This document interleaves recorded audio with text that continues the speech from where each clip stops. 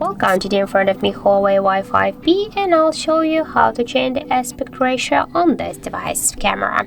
So first you should go into the camera application, and here on the right upper corner click here on the settings icon. Now just the first section that you will see, that's the aspect ratio. You should click here. We got the recommended, and that's like the default aspect ratio. Here that's 4 and 3.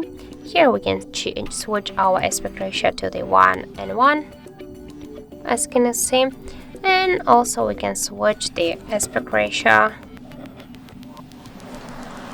to the full screen here.